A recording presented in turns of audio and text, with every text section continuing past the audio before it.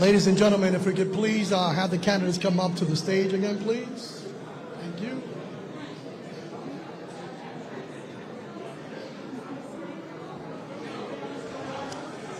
Once again, if I could please have the candidates come back up to the stage, please.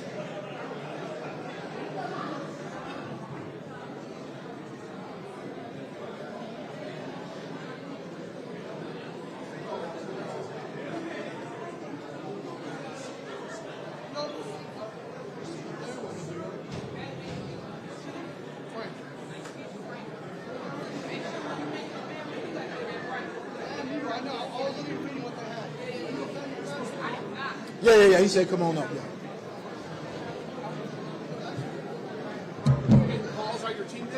What's that?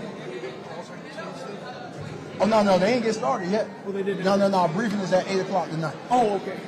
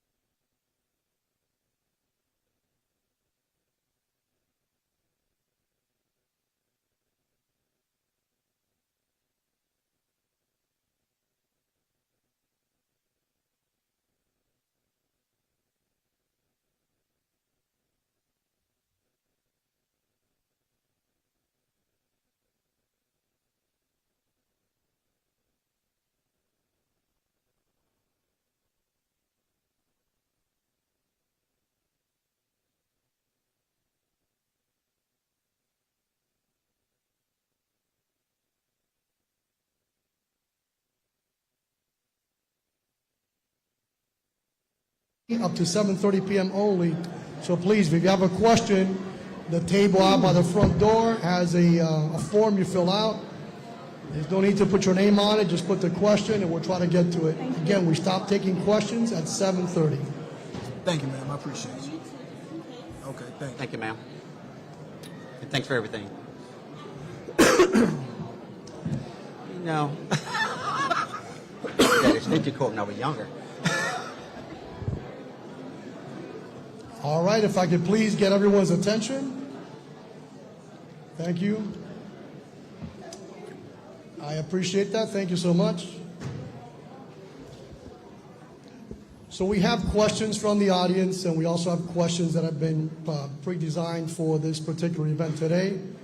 If you would like to submit a question, please go up to the table in the front, fill out the form. No need to put your name on it, just a question, and we will try to get to it in the order that we can here today. So with that, I'm going to go ahead and resume now our process here, and we'll start with the first questions. I'd like to say that I'm going to start from my left, working towards our right, and then I'll reverse the order in the order of the questions. So I'm going to start in the far left corner of the candidates, right? So 1, 2, 3, 4, and 5. 5, 4, 3, 2, 1, and I'll call them out that way. So remember your numbers, please. 5, 4, 3, 2, 1. Thank you. Yes, sir. So question number 1, and we'll go to candidate number 1 with this question, and we'll work our way 2, 3, 4, and 5. The question is under the topic of technical and professional attributes. So briefly discuss the relevant professional attributes that you possess in the field of law enforcement to include practical and formal education. Yes, sir. First of all, I'd like to say thank everyone for coming out on a Friday night. My name is Michael Coleman, and I want to be your next chief of Riviera Beach. My educational background, I have a master's degree in leadership, and I have I attended Barry University. I received my bachelor's degree in public administration.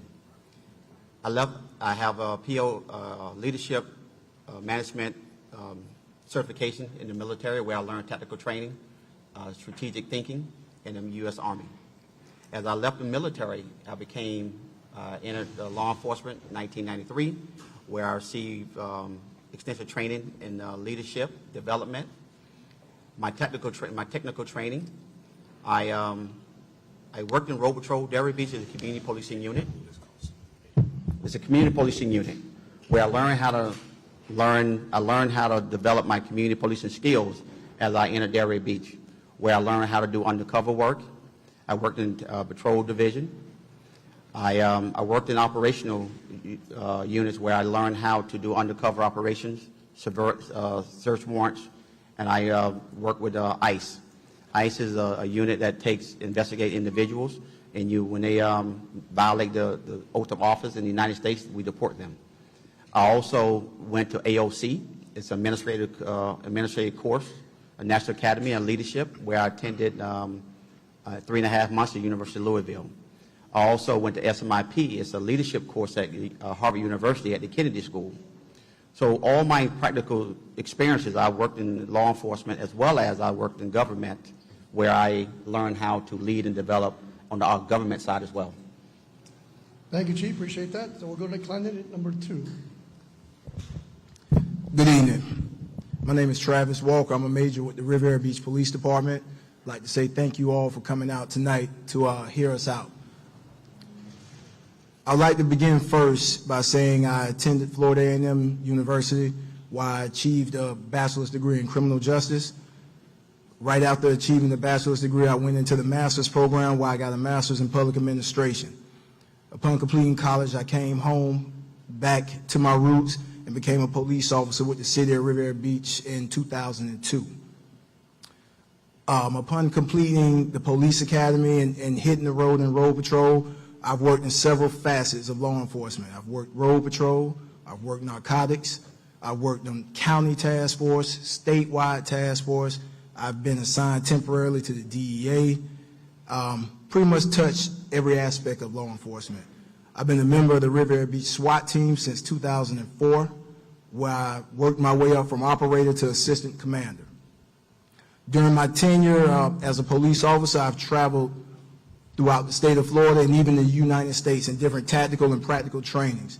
I'm a member of NTOA, where I got a chance to learn different disciplines from different agencies from different states and how they do business in police work. I also served as a supervisor. I had the opportunity to work as a sergeant in the investigative division.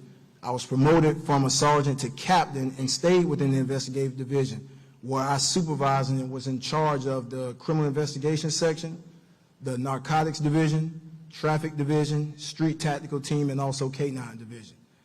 I was then promoted to the rank of major, where I continued that same position, where I've held that position for the last 10 years up until April of last year. So my spectrum in and control and span of control, was pretty vast. Now I'm in charge of road patrol, so I've been the patrol commander for the last 10 months or so. I'm going to repeat the question again. So for candidate number 3, briefly discuss the relevant professional attributes that you possess in the field of law enforcement to include practical and formal education. Hi, my name is Dr. Robin Starks. Being in law enforcement for over 30 years, I received both my master's, my doctoral degree, my bachelor's, all from St. Thomas University. In addition to that, I received the Southern Police Institute Command Officer Certification, where I was able to attend various leadership courses. Joining with the police department, I've actually worked in various units. I was hired as a public service aide with the city of Miami, moved on working uniform patrol as a police officer. Then I worked street narcotics as an undercover officer where I executed a number of search warrants with our SWAT team at the time. I moved on to work in special investigations section where I was a part of the smuggling, money laundering, dignitary protection, and I was a part of a South Florida Impact, which is a multi-task force agency comprised of the Federal Bureau of Investigation, the Drug Enforcement Agency, and the Florida Department of Law Enforcement. There were several agencies that was combined with Dade and Broward County, and we worked collectively through various operations and details. Outside of those areas, I also worked in a training unit, where I was a training advisor and served in that position for 9 years with the city of Miami. I then moved on to work in internal affairs, but one of the most passionate things that I had is working in community relations. And subsequently, I ended up retiring after doing several years with the department, where I'm now the Major of Operations with Miami Gardens Police Department, where I oversee the entire operations division. At one point, it consists of the motors, K-9, school crossing guards, the red light camera, and the community enrichment team, as well as the community response team. So I have a vast number of professions related to what I've done in my career. I'm truly thankful, and that will conclude my statement for today. Thank you. Candidate number 4. Hi, my name is Thomas Herring. It's a pleasure to be here from Chicago. Thanks for everyone being here tonight. I have a very diverse background in law enforcement. I've been doing it for over 30 years. I started out in the police agency where I was a patrol officer for approximately 3 years. I was detective for 5 years. I was detailed out to the Illinois State Police as an undercover narcotics agent and also worked on their search warrant execution team. I was promoted to the position of sergeant. I worked out of the investigations division. I was also promoted to the position of commander, where I ran a rapid response unit. Promoted to the position of deputy police chief and chief of police. I was like 36 years old, probably the youngest at about 6 counties to become chief of police in that area. I was born and raised in the city of Chicago, and when I put in about approximately 18 years, 9/11 happened. And the United States government was looking for federal agents. I applied to be a special agent with the Department of Homeland Security. I was hired as a GS-14 special agent. I worked at the Department of Homeland Security for approximately 9 years. I took a promotion to a GS-15, which is again, a higher level supervisory special agent. I was transferred to Washington, D.C. to be the supervisory special agent in charge of criminal investigations for the United States. That was a position that did not bode well at home, having 2 young kids and a wife at home who told me just send the paychecks home. So I didn't move, as a matter of fact, and I went to work for the city of Chicago as commissioner in charge of police for both airports at O'Hare Midway Airport. Retired from there, and I was recruited to be a police chief where I currently am now in a municipality which borders Chicago on the west end. I'm very lucky to have that type of experience to work in federal, state, and local law enforcement. I have an undergraduate degree in criminal justice from Northeastern Illinois University, a master's degree with public administration from University of Illinois Chicago. I'm a graduate of Northwestern University Police Staff and Command School. And again, thank you very much. It's a pleasure to be here. Thank you, Chief. Candidate number 5. Good evening. My name is Josh Lewis. I'm currently the interim police chief. I've been here for approximately 26 years. My education started with a bachelor's degree from Palm Beach State College. I then graduated with a master's degree from St. Leo University. Throughout my career, I was able to attend various different high-level trainings to include the FDLE Executive Leadership Academy, the Southern Police Institute Command Officers Development School, and I'm a graduate of the FBI National Academy, Class 256. I have participated in many tactical units. I was in DEA for approximately 7 years. I ran the tactical unit here. I ran the narcotics unit here. I was with the U.S. Marshals Fugitive Task Force. I was assigned to the Sheriff's Office Violent Crimes Task Force, where we conducted strategic and tactical operations dealing with gangs, RICO operations. During my time with DEA, I was the affiant on 13 Title III warrants, which are wiretaps. Some of them went federally. The biggest one was in this city, which was called Operation Worldwide at 33rd, and it was called Old Dixie Highway at the time. I've learned various tactical skills through these different educational facilities, as well as by attending and participating in these various task forces. All of our tactics currently right now are vetted on sound training through a very robust training program, and the policies and procedures that we have surrounding our tactics are some of the best in the industry, as they've been vetted through accreditation, as we recently received our Florida accreditation this past year. Thank you, Chief. I'm going to move on now to a question from the audience, and we'll start 5, 4, 3, 2, 1. The question reads, what has been your biggest ethical challenge, and how did you address that issue? Ethical challenge are definitely very difficult areas to deal with. However, my ethics and how I was brought up, that started exactly what became the person that I am right now. My ethics didn't start when I became a police officer. My ethics were learned at a very young age. I was brought up the right way, and that's what has led me to have my values right now and my moral compass, which I possess today. I have had some very difficult decisions to make. These decisions involve people that were very close to me. In this job and in this position, it doesn't matter. You have to do the right thing. It doesn't matter who you like. It doesn't matter who you're fond of. You have to do what's right, and sometimes making those right decisions are very difficult. I've made several of those recently, and they weren't easy decisions to make, but at the end of the day, you have to be transparent, you have to be open, you have to be honest, and you have to do the right thing.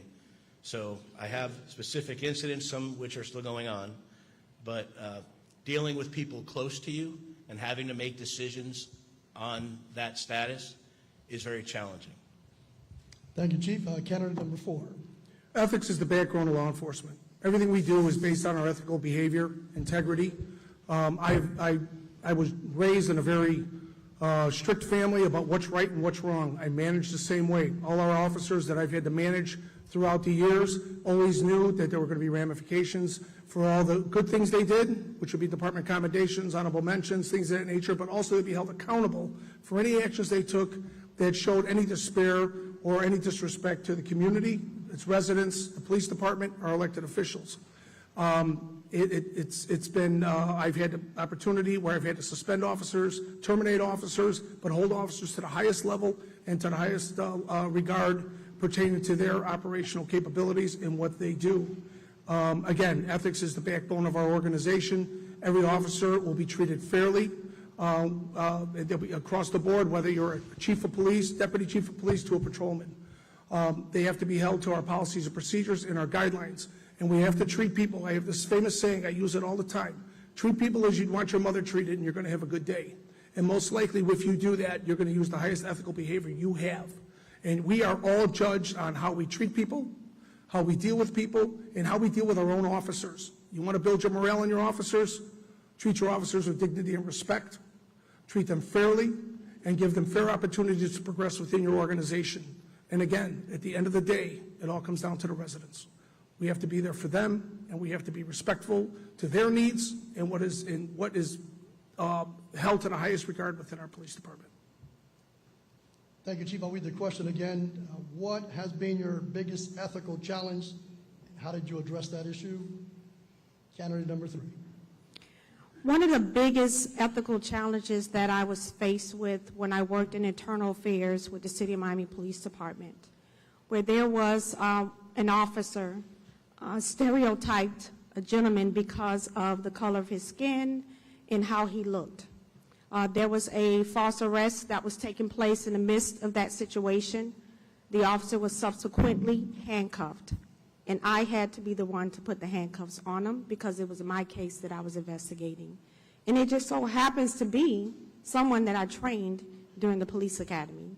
So having ethics takes a huge, huge responsibility, and understanding that it is important that you treat people the way that you want to be treated. Color should never be a factor.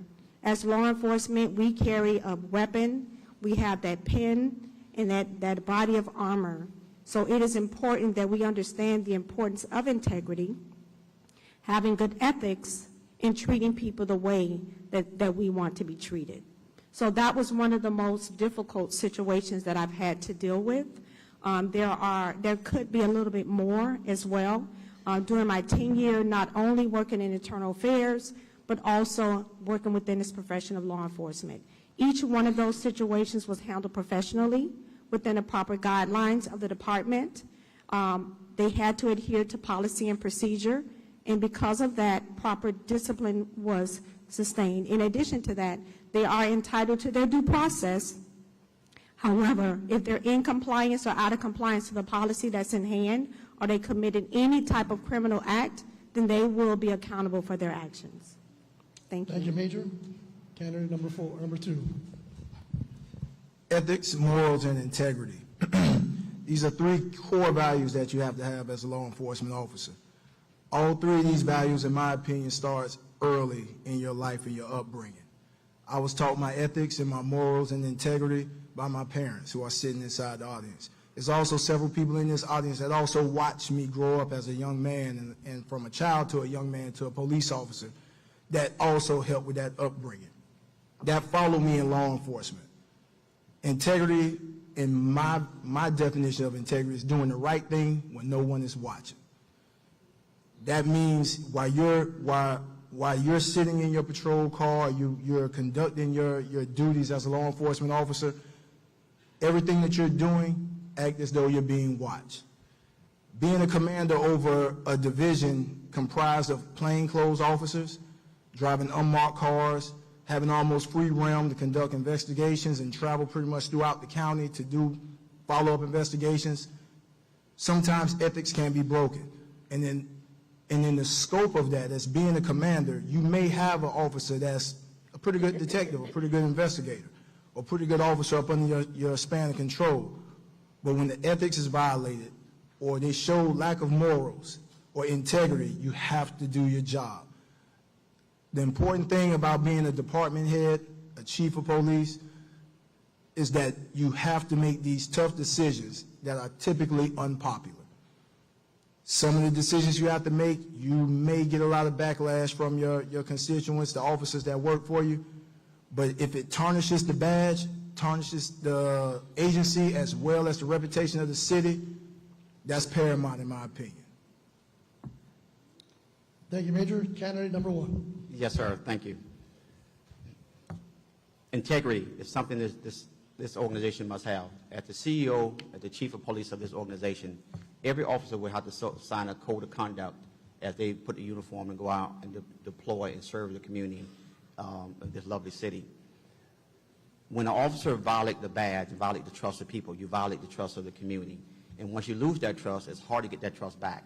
So once that trust is violated, it's up to internal affairs, it's up to me to act very swiftly and get rid of that individual who violate the badge and violate the trust of each individual that we serve in this community.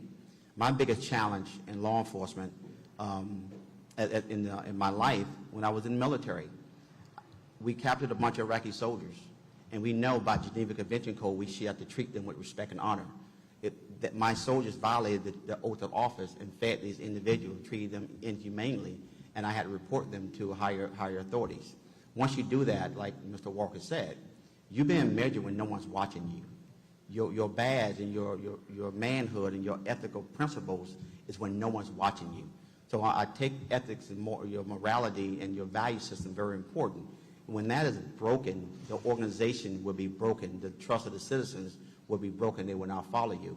Another situation that I had an ethical challenge where the director of the city was violating citizens' rights by taking their homes over a bad ordinance. I was told, don't change the ordinance, and I changed the ordinance because we have taken people's properties for many years without due process. So I challenged the process, and by being the value system that I have in my family, I changed the code, even though I got backlash for it. But my moral values would not allow me to sit around and allow people to dishonor and disrespect the citizens that I work for. Thank you, Chief. This next question, we'll start with candidate number 2 and work our way from left to right. We'll finish up with candidate number 1. It reads as follows. If selected as the city's new police chief, please describe innovative methods that you would implement to reduce crime in the city of Riviera Beach. Innovative methods. As I mentioned yesterday in a few of my interviews, that's the direction that I would go in as the chief of police. 21st century policing, predictive policing, using analytical data from a crime analyst is the approach that I would take. We have to be more involved with the community. Without the community's assistance, working in investigations, I learned you're going to run into a brick wall. The community needs to have confidence. They have to have confidence in their police department, and it starts with their chief of police. If the community has confidence in the chief of police and that police department, investigations will get solved. We will get cooperation from the community. So that's what we would need. We would have to start with gaining that trust back within the community. Different aggressive approaches of law enforcement. Sometimes people don't like to use that word aggressive, but in my opinion, coming from the different divisions and units I've worked in, sometimes it takes aggression. It takes it. We have citizens, I've met with citizens, they're living like hostages in their home. They're being terrorized by just a small group of individuals that's wreaking havoc in the neighborhood. They feel like they can't come outside. Kids can't come out to play. So we have to come up with innovative and unorthodox ways of patrolling, all through methods of analytical data and fact-based patrolling. Crime trends, following crime patterns, that type of thing. We need to get our real-time crime center as well back up and running. We have a real-time crime center right now that's not actually being utilized. At one point in time, that was a key resource that helped us in solving crimes. I would get the real-time crime center back up and running, working in correlation with Palm Beach County Sheriff's Office as well with the West Palm Beach Police Department, so we can share information and share data, because our bad guys are their bad guys. Their bad guys are our bad guys. They travel back and forth. So those means and innovative patrol would be my route that I would take. Thank you, Major. Candidate number 3. Could you repeat the question, please? Yes. If selected as the city's new police chief, please describe innovative methods that you would implement to reduce crime in the city of Riviera Beach. As the police chief here for Riviera Beach Police Department, some of the things that I will implement will be monthly operation plans.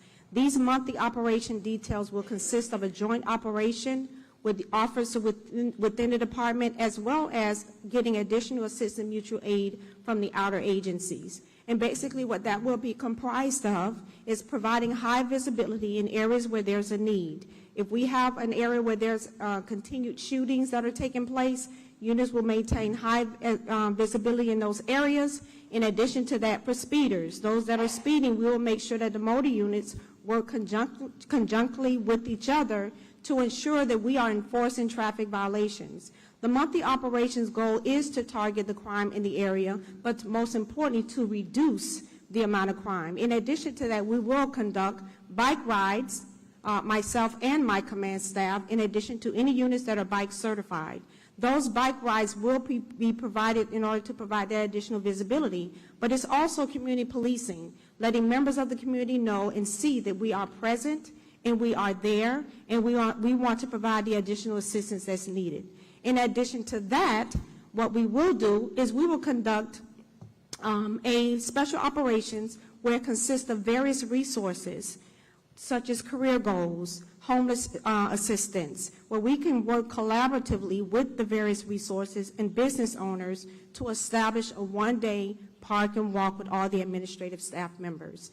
I'm a person that's been very interactive with the community. I believe that we have to be able to establish a means of communication, but we also must work together as a village in order to deter and to conquer any criminal activity. Those would be the actual details that I would implement during my tenure here as the chief of Riviera Beach Police Department. Thank you. Thank you, Major. Candidate number 4. It's a four-pronged process here. Number one you need to do is you need to empower your police officers to build their morale up, to let them know that they are wanted in the community, they are wanted within the department, they're going to be treated fairly, with integrity, because you can have all the police officers you want. If they're not out there doing their job, you can have all the plans you want. The key is that they have to be proactively involved in the community and the reduction of crime. The worst thing that could possibly happen in this community is again, an individual that could ruin the quality of life in a specific area. Your police officers have to be motivated to go out there and do their job. And they're only going to be motivated to do their job if they have the support from your police chief and from your elected officials and your village administrators. Number two is you do have to operate off statistical data. That statistical data needs to be evaluated almost on a daily basis, almost on a shift-by-shift basis. Where is our crime on Main Street today? And we have to deploy personnel to specific areas at specific times when crimes are occurring. If you wait too long of a period of time, those individuals who are committing crimes will be allowed to continue to commit those crimes until that problem is resolved. If you're going to focus on a drug area, you have to allot personnel who have the knowledge, skills, and abilities to perform drug investigations to reduce the drug house. If you were able to get rid of one drug house on one street, you've just improved the quality of everyone's life on that street. The next thing we need to do is we need to get into the schools. We need to get into the schools probably starting at about the 3rd grade and start educating students and working with students on a daily basis. Hold classes where police officers are doing instruction classes of what police look for, what they do, how they operate, and where they go. We need to build our rapport with our younger students in the school because that's where it starts. And finally, it comes down to community groups and parents. It comes down to community groups and parents working with the police department to provide information that's going to improve the quality of life and give them the ability to report those problems that are occurring without being worried about being fingers pointed at them that you're providing information to the police that could cause them some type of problem. So that is my 4-pronged approach. Thank you, Chief. Candidate number 5. There's several ways to move the agency forward as chief of police. Some ways that we're doing actually now, and I think it's internally and externally, and I'll go further into detail. I think internally, I think we need to entertain the best technology and continue to embrace the technology that we have. We created the blueprint on technology in Palm Beach County. We were the first agency to have a real-time crime center. We actually coined the term technology-oriented policing. In 2016, we received the Rocky Pomerantz Award for technology utilized in law enforcement. So we need to continue to embrace technology, and it goes back to the previous question regarding integrity and ethics. Body cams are very important. Body cams capture interactions between the police and the public. And to have the best technology allows us to not only move forward, but also maintain our integrity and our credibility. Some of the things that we've done that are innovative moving forward are we've had some homicides that haven't been solved. We believe that closure is needed for some of those victims, so we've enlisted cold case detectives that are actually consultants. They're the best in the business. They are former federal agents that have experience working in the city. So we've provided some closure in that aspect. We have some programs that are very important. One is RECAP. RECAP is a program, it's a outreach by the police department of civilians, and what it does is they're deployed at any critical incident, and as civilians they have a way to directly involve themselves with victims of crimes.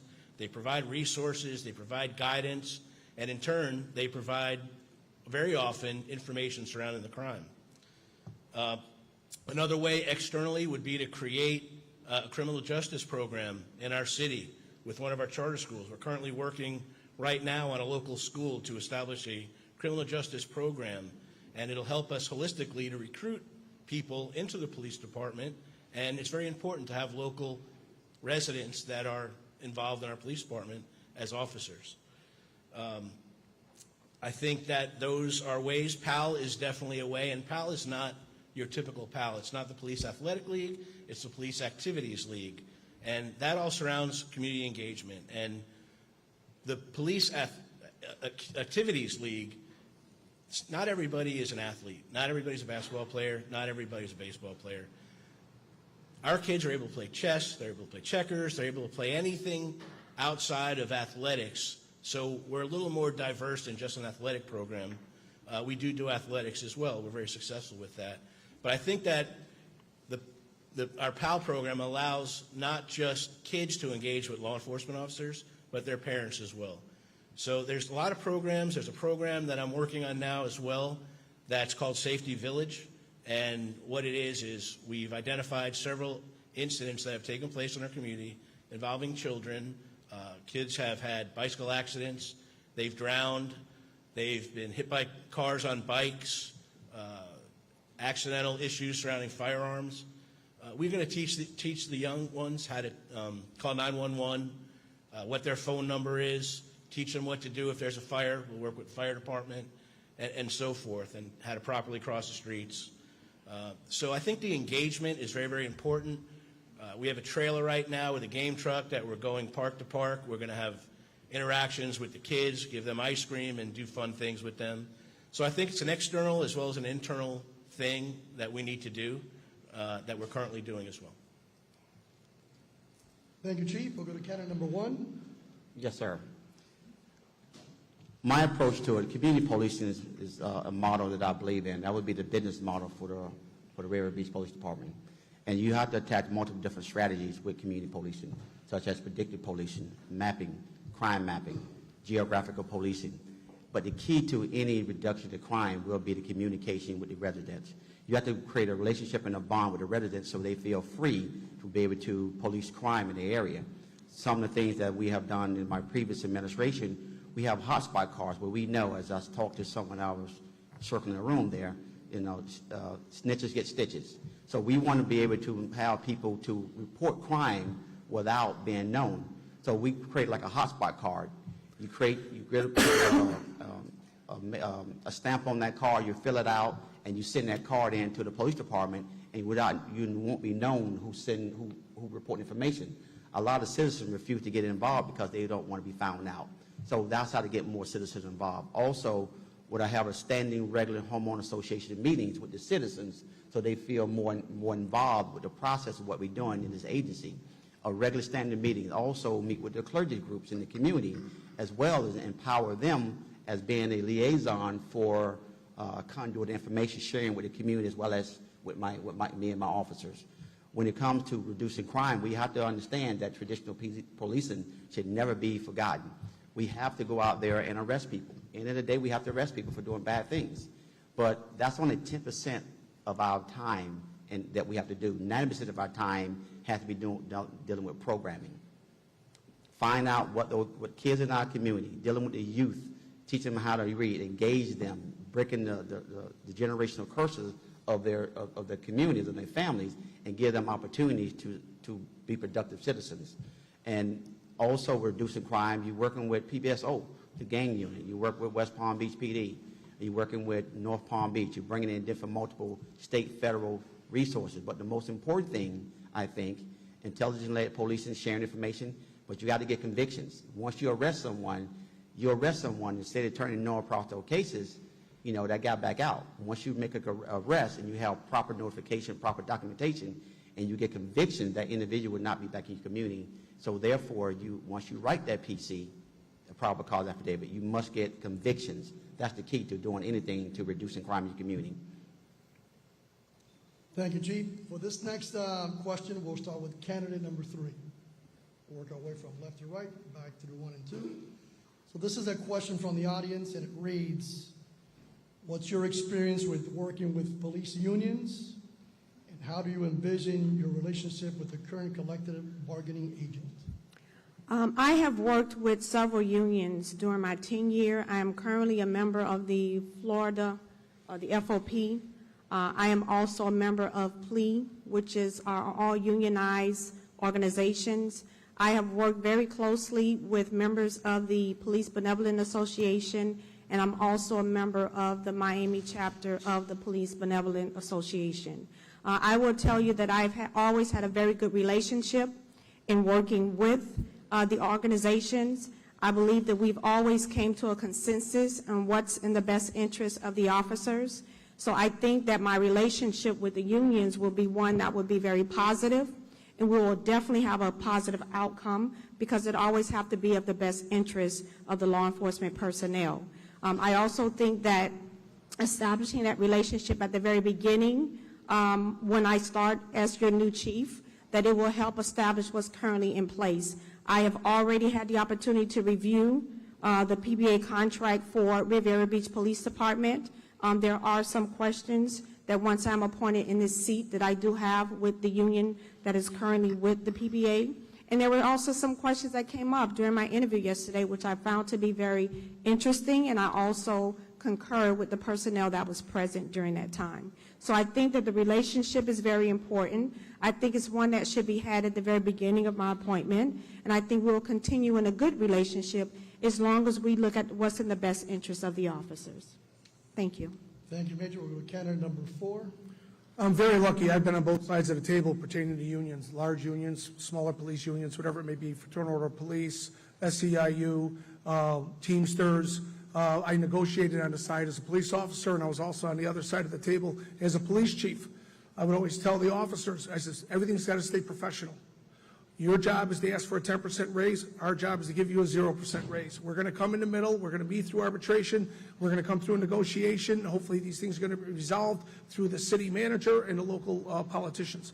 The bottom line of the whole thing is working together to accomplish a common goal of what is comparables with other municipalities, especially most things in contracts come down to money. It comes down to money and benefits, whether it be medical, but also for salaries. And those salaries have to be comparable and competitive with other municipalities within the area, whether that's salary structures for police officers, sergeants, captains, majors, deputy chief, assistant chief, whatever that may be. As long as those numbers are comparable, one, we have to be fiscally sound with our current budget, but we also have to be respectful of the needs of the officers. So somewhere there's going to be a middle ground. It always ends positively. I've never had a contract not end positively because I always have an open mind and an open view to negotiating with the officers. Again, if the officers, if those comparables are good with other municipalities for our police officers, they'll be treated fairly, and we'll be able to finance their contract, their CBA, for the next 4 years, or however long that takes.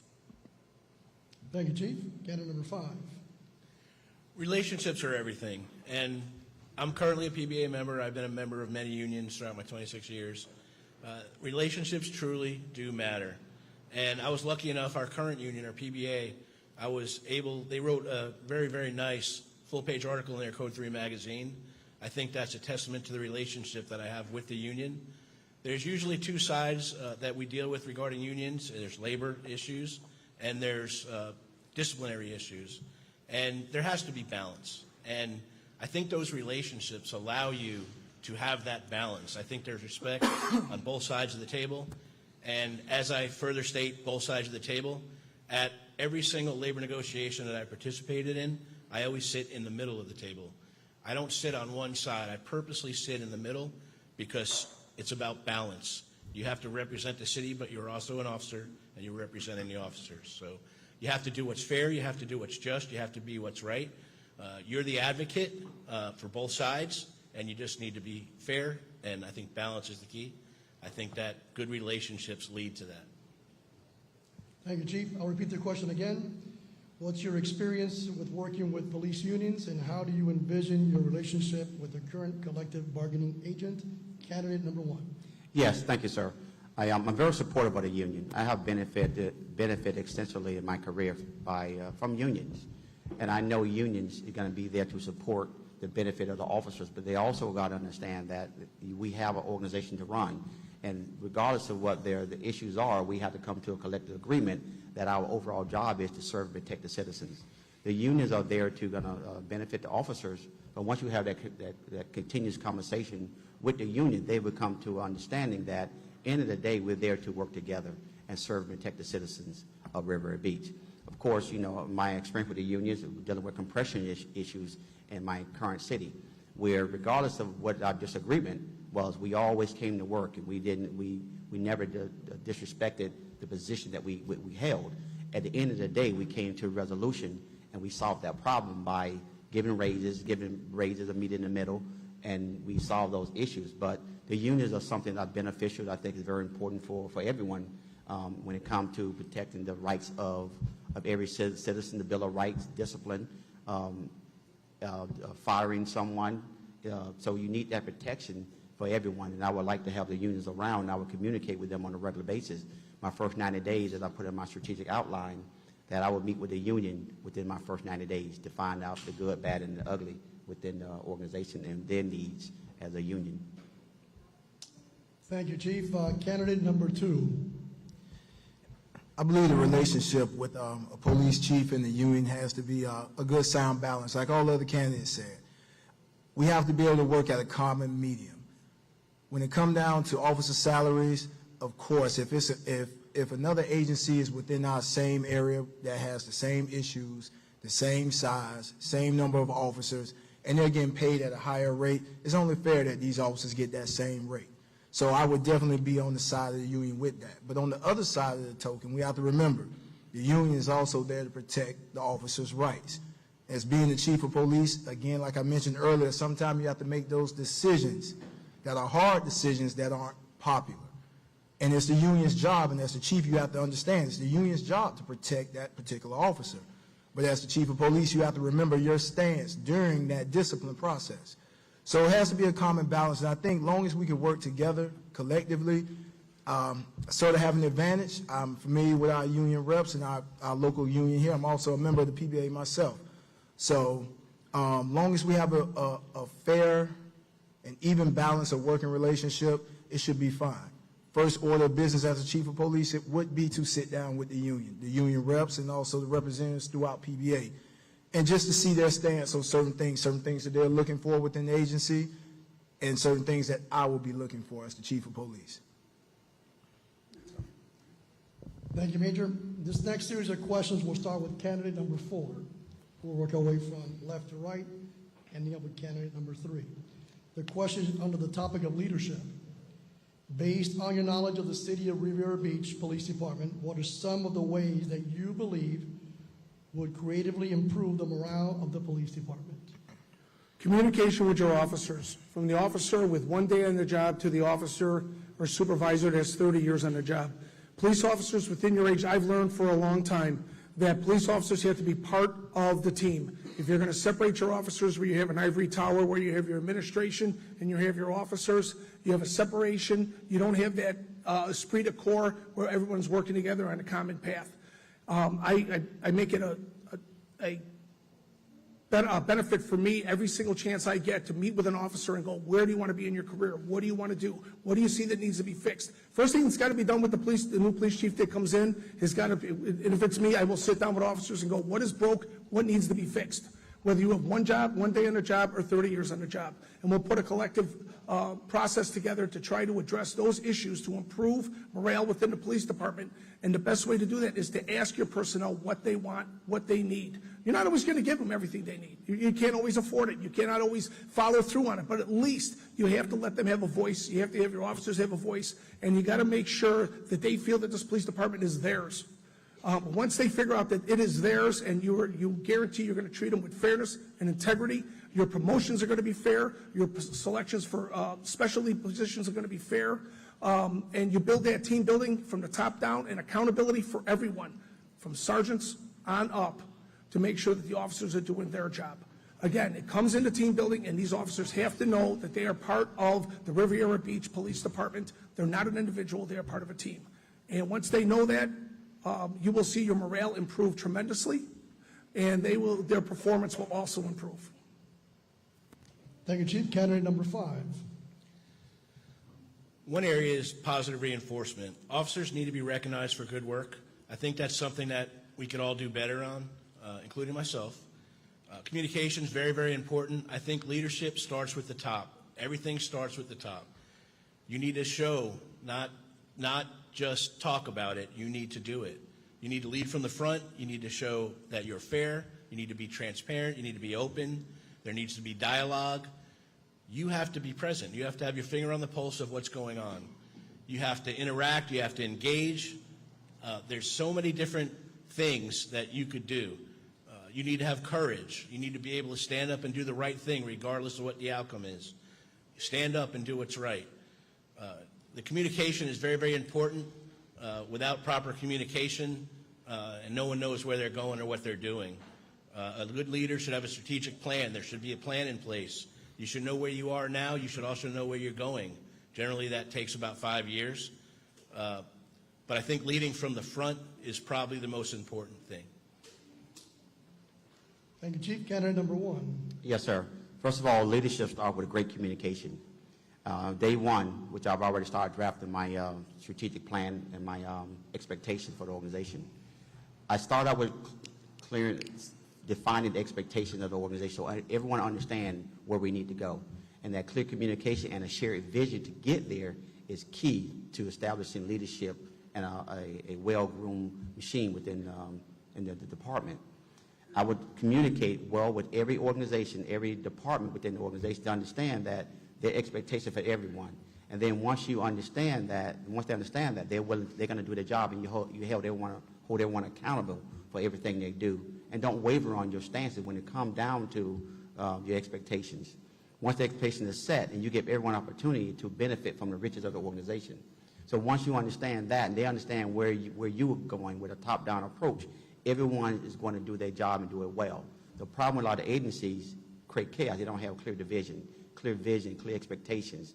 So that's where I would do day one coming in, set the expectations for the organization and make sure they all understand and communicate my expectations from top to bottom so they understand. If that is not done correctly, we have to deal with those individuals who don't understand what the expectations of the organization is. Thank you, Chief. I'm going to repeat the question again. Based on your knowledge of the City of Riviera Beach Police Department, what are some of the ways that you believe would creatively improve the morale of the police department? To create morale, create morale within the police department. And it's key. You said what I know about the agency.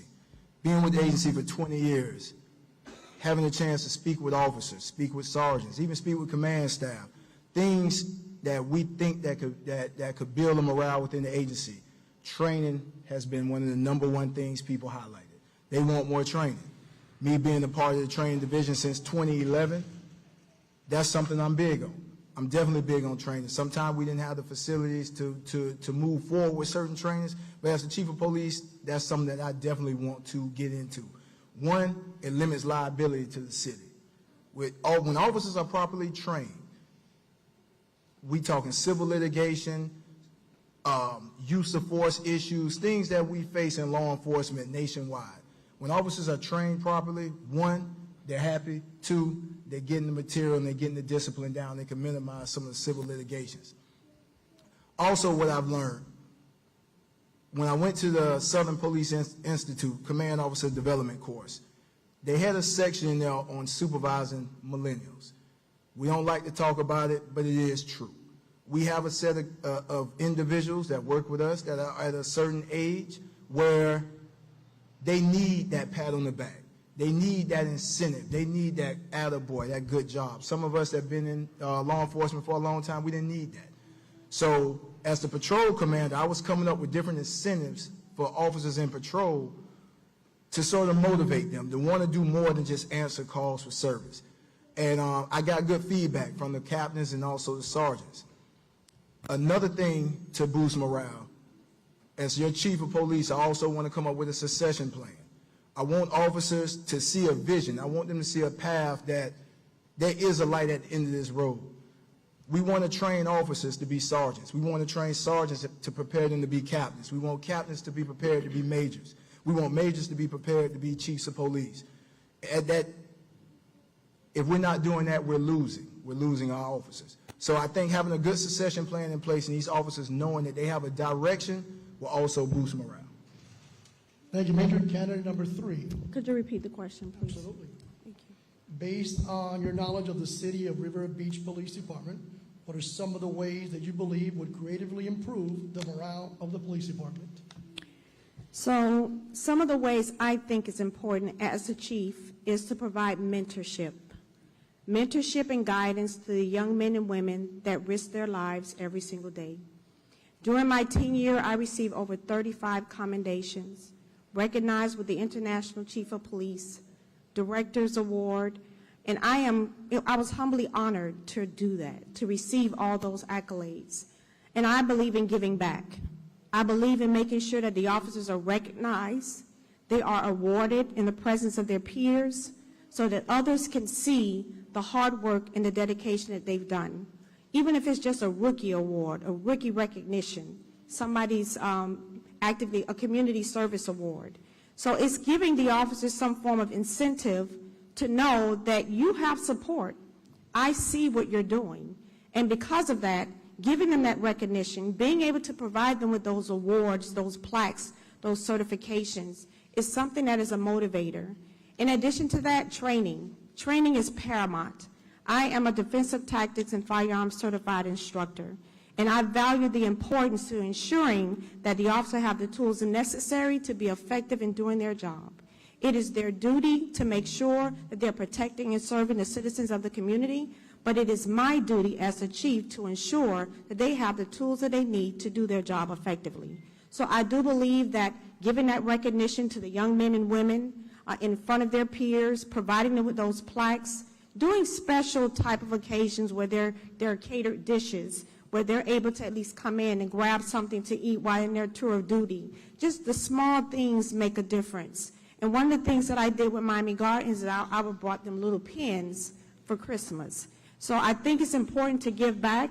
I received a lot in my tenure in my career, and I think it's now time for me to give back as a mentor, as a guider, and the chief for Riviera Beach Police Department. Thank you. Thank you, Major. For this next question, which comes from the public here, we'll start with candidate number 5, work our way from left to right. So the question reads, what is your policy surrounding community policing? Community policing is the way that we operate. Currently, we have officers that are assigned in certain areas, and they're assigned in those areas for the very reason to get to know the people in that area. Community policing is also shown by our community-oriented policing unit. They conduct events all the time. We have a signature event, which is our trunk or treat event. There's been challenges throughout the years, but they're so dedicated to what they do and their engagement with the community. During COVID, when everything was shut down, they refused to not have trunk or treat. They put together a drive-through trunk or treat, and it was probably one of the most well-attended events that we had. They do bike riding, they do mentoring, they read books to children. We have a gaming truck right now that we drive around to parks, and the kids are able to play video games with the officers. We have our PAL program. We have Coffee with a Cop. There's so many different things that we do to engage with the community. You can never engage too much. As I mentioned earlier, we have a trailer that we outfitted. It now has a generator and a freezer in it. We're going to be driving around the city, interacting with the community, having cookouts. We have a cooler that's going to be filled with ice cream. We have a substation now, and we're looking to have a few others that are, one is fully operational. It's, we have toy drives, we have turkey drives. Everything and anything that we could do to interact with the community is paramount. That's how we operate. That's how we'll continue to operate, and we'll continue to engage. Thank you, Chief. Candidate number 1. Yes, can you read the question again, please? Absolutely. What is your policy surrounding community policing? This comes from the community. Absolutely. To engage the community. A lot of times the community just want to be engaged in what we do and include them in on the processes of how we're going to move the community forward by having an open relationship with them and giving them the resources they need in the community to improve their quality of life. Some of the things that I have done in my Delray Beach over my years, I created a multicultural festival where you have multiple different communities come together, the chief of police and the mayor and all the executive team come out and have a big festival cookout to show that we as one. We come together and we just have a good atmosphere. And I will have that when you have events like Monroe Heights, Parson Heights, Federal Gardens, you have the police department involved in those programs, and you bring programs in. Also, what I've done well, we created an NFL combine camp called XP Sports. We took our gang, some inner city kids that was youthful offenders, and we included them in NFL training where we had them training with NFL guys to make them feel more appreciative, and they go to some of the NFL games. And some of the gang members that I was working with, they changed their life by doing certain things just like that. Also, Delray Beach won an All-American City Award for reading because a lot of officers went to the schools to read to the kids, and the city won an All-American City Award for reading. And some of my other communities, my Latino communities, we engaged those communities as well by going to them, giving them backpacks, making them feel part of the community that they never feel that they was never fully inclusive in. And just doing a walk and talk, knocking on doors, just involving ourselves in what they do. And every month we have we award different people in this community for doing great things, for having the best garden, to having a kid that's doing great things. As a matter of fact, we just had a documentary just got released on Amazon for all the great things we included in our city that just got released on Amazon about all the great work that the police department have done within the city of Delray Beach. Thank you, Chief. Candidate number 2. My stance on community policing is pretty much the same as all other candidates mentioned. As Chief Lewis mentioned, we have a very active COP unit, despite it only being 2 officers. He mentioned several events and different programmings that they organize. They also organize National Night Out every year. That large program that you all come out to attend and see, they organize that all by themselves. So, in my opinion, I think we need to grow our COP unit just slightly a little bit because I know they're definitely overworked, and there are other things that they can do within the community other than just the programming. They can get out and start reaching out to citizens. I'm big on problem solving. Your COP unit can also work as a problem solving unit within the community. Not only just a unit that, drive a gaming truck, take photos, do PSAs, they can do that as well. But they also can get into the community and start doing other problem solving things within the community. Talk to citizens, talk to residents, ask them what their problems are. As police officers, sometimes we don't do enough asking. We do all the talking. Go out and ask the citizens, what can I help you out with in this particular neighborhood? Is it this particular house, these particular guys on the corner? So I would like to expand the COP unit slightly if I was your chief of police. Thank you, Major. Candidate number 3. Okay, community engagement. Some of the things that I think is very important is that the officers, there should be regular roll calls that are being held. One of the things that I think should be implemented is those roll calls should be held within the community. So what I mean is any event that you have District 1, District 2, District 3, whoever the supervisor is over those districts, they take their officers and they conduct roll calls within that area. Community members need to know who their officers are, who's patrolling their area. Residents need to know their names, and the officers should also know their names as well. So getting out there and being active in the community, but being engaging just by doing those park and walk details, interacting with the community as we did prior to this meeting, shaking hands, passing out business cards. That's interacting and engaging within the community. Because what happens is that creates more conversation. And that conversation helps with correcting and curtailing the issues and concerns that are taking place with the community. We have to close the gap of the negativity that people have of law enforcement. When police officers take their uniform off, they're human. They're citizens just like everyone else. We choose the profession of putting that uniform every single day to protect and serve citizens of the community. So it's also paramount that we continue to work together and collectively as a group, as that village, as I mentioned earlier. But it's also important that we interact with each other. We do those park and walk details. We actually do those bike details. We conduct those individual roll calls in those areas so members in the community see the law enforcement profession. Doesn't mean that anything's going on. They're just there for visibility, to engage in conversation with each and every one of you, because that communication goes a long way. And not only would the officers do it, but even their command staff, those that oversee their divisions, to make sure that we have that collaborative communication with members of the community. Thank you. Thank you, Major. Candidate number 4. Community policing has really been kind of the backbone of law enforcement for the last 10, 15 years. I know in the CAPS program in Chicago and what we've done out in the Chicagoland area, the youth groups, the different organizations, the police resource centers, those are all phenomenal ideas and great concepts. Having those police officers in the schools, especially starting out at the youngest age possible to build those relationships up and also build those relationships up with the parents. What's really important in community policing is the accountability of officers and the reduction of crime. You can have as many outsourced different organizations and groups, whether it be Halloween or Christmas, or whether it be sports groups.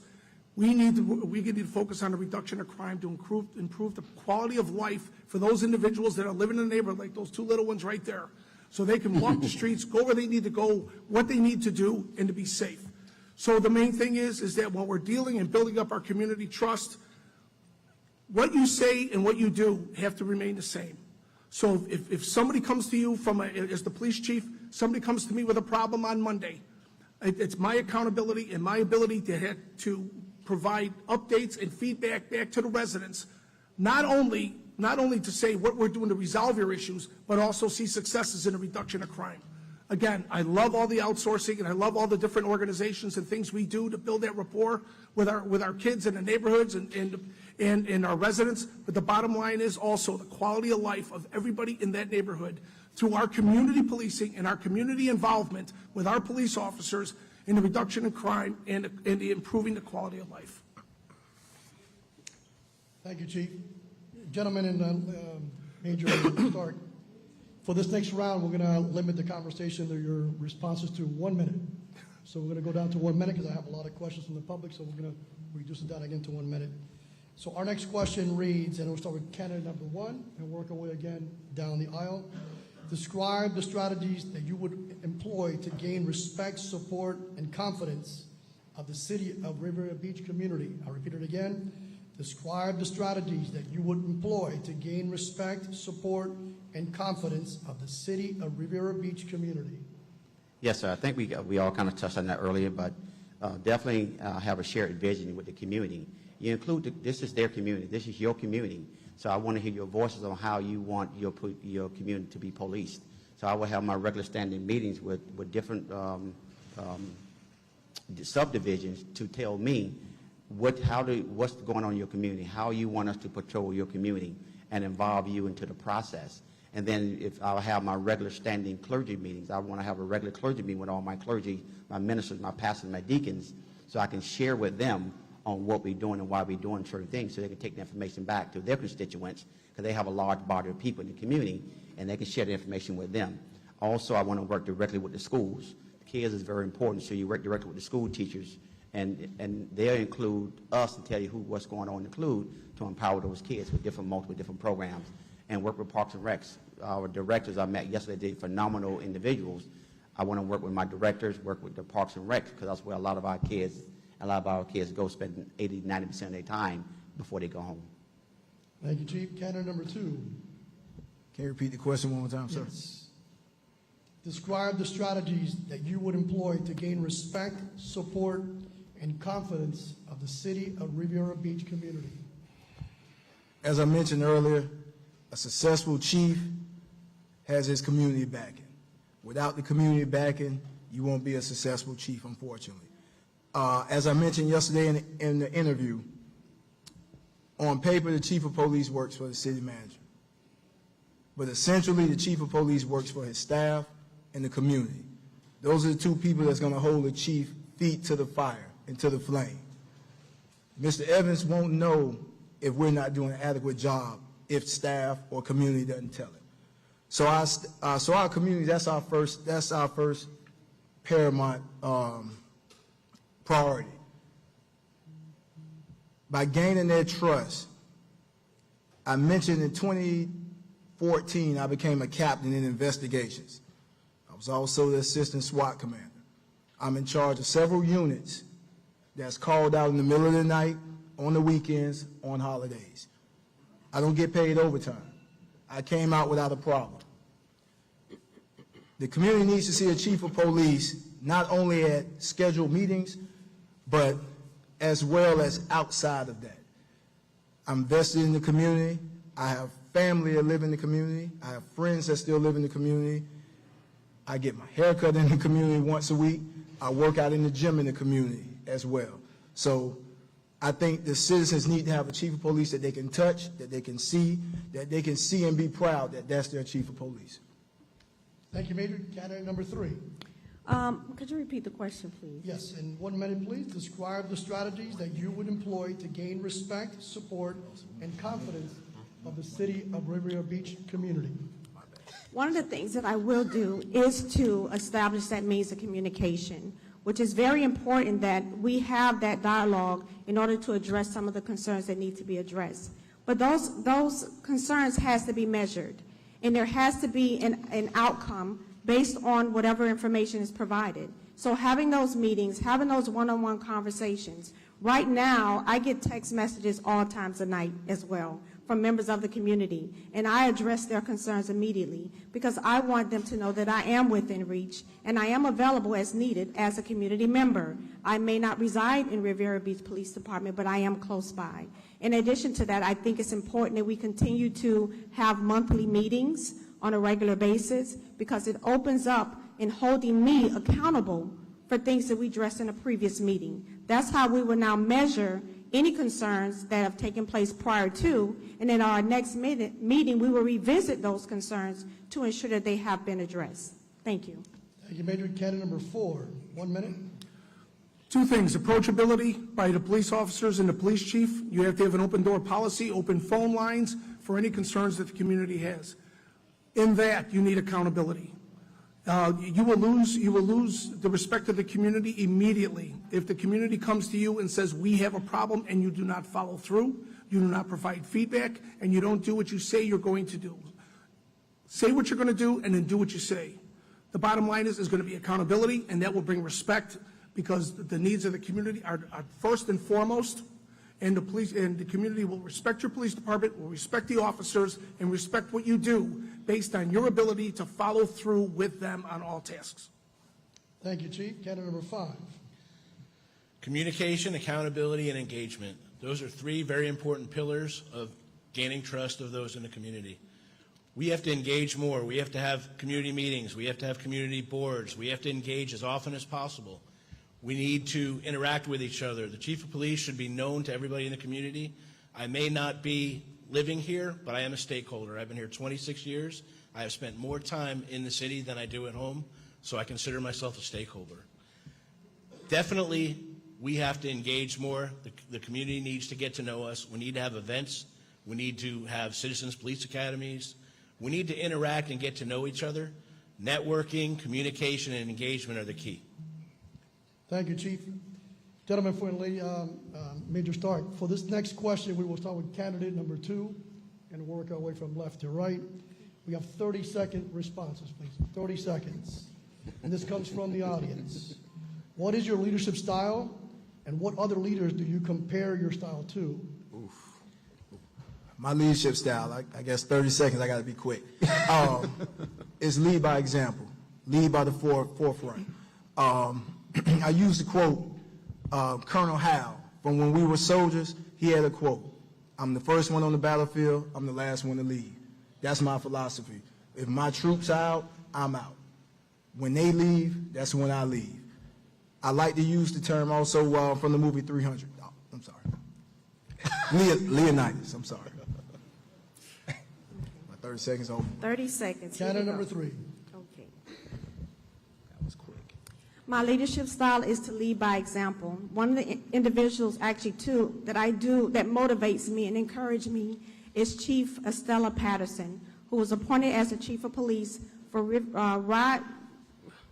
Raleigh, North Carolina, as well as Val Demings. Those women are powerful women in leadership position, which they have motivated me to be who I am today. Thank you. Thank you, Major. Candidate number 4. Again, it's always lead by example. I'll be the first one on the street, the last one to leave the street. I interact with the community. I stand next to our police officers. I will be doing traffic stop. I will be on search warrants. I will be there 24 hours a day. My phone rings. It's been ringing all week from Chicago, I can tell you that.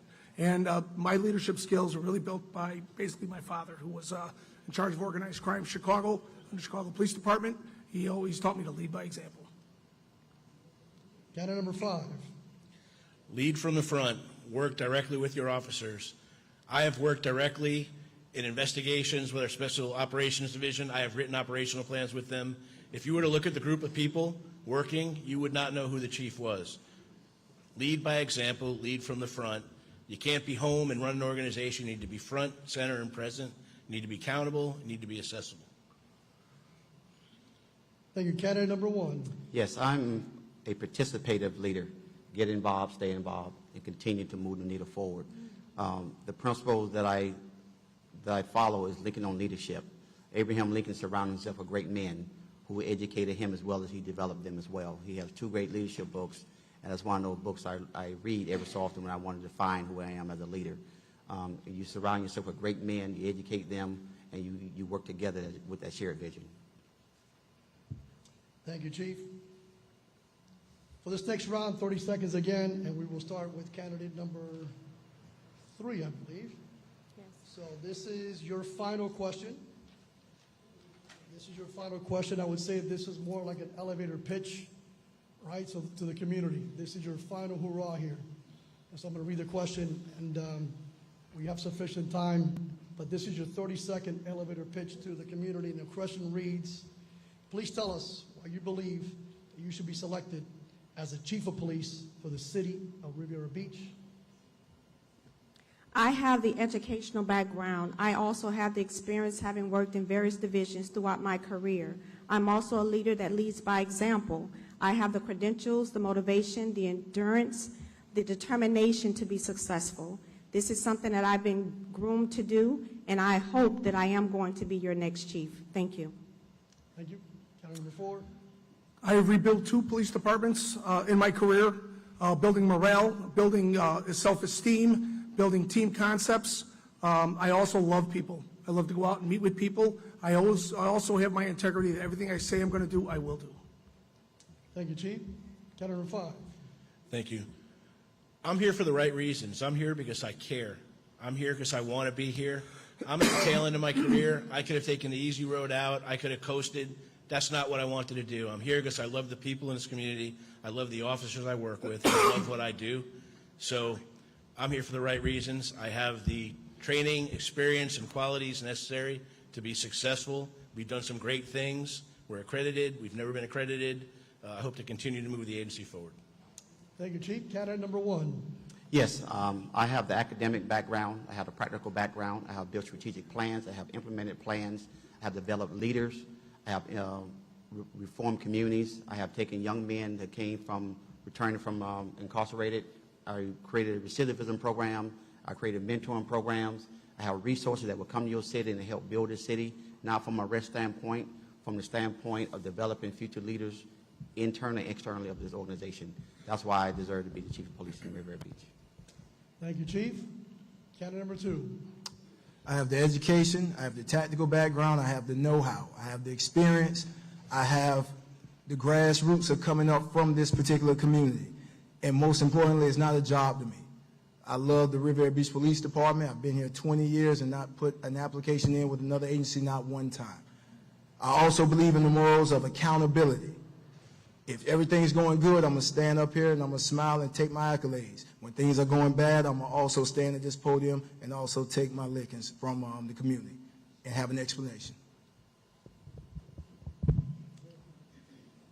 This is a great process. I hope you've heard a lot from the candidates today. I think they deserve a round of applause for the great job they've done here, please.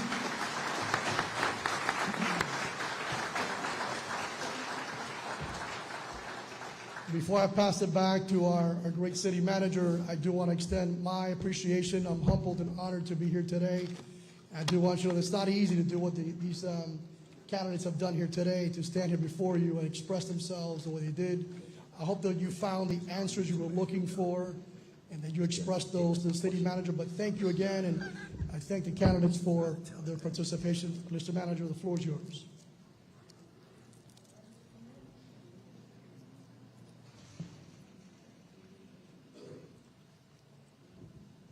Again, obviously, you see that we have an exceptional group of folks that have chosen to be here and know how important the role and responsibility of Chief of Police here is in the city of Riviera Beach. To all those that participated in the process, it was an exhaustive process. They've been interviewed, poked and prodded for maybe over 2 weeks, and then they've been with us here the last couple of days. And so if you would join me in giving them another round of applause.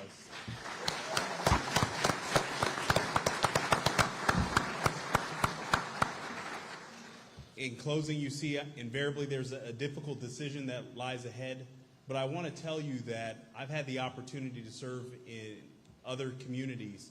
I've seen other police chief selection process, and I would put our process up against anyone else. You would be hard-pressed to find another agency that would allow for the communicative participation with the public on such an important selection. But these types of conversations are important as we move forward in our community. This next police chief will help us build a new police station, improve morale, go after national accreditation. And so I wanted you to have an opportunity to see one of these 5 folks will be leading the Riviera Beach Police Department. And so to the elected officials, I believe Councilperson Miller Anderson has arrived as well, and Councilperson Botel. I know Councilperson McCoy and the mayor had some other obligations, or they would be here. And then obviously Councilperson Lanier and Councilperson Lawson. Thank you so much for your leadership. Thank you for your commitment. Thank you for your support. These types of things don't happen when staff is not supported, when staff feels like we can go out and have these conversations with the community. And so to the elected officials, thank you for your leadership and encouragement for these types of discussions with our community.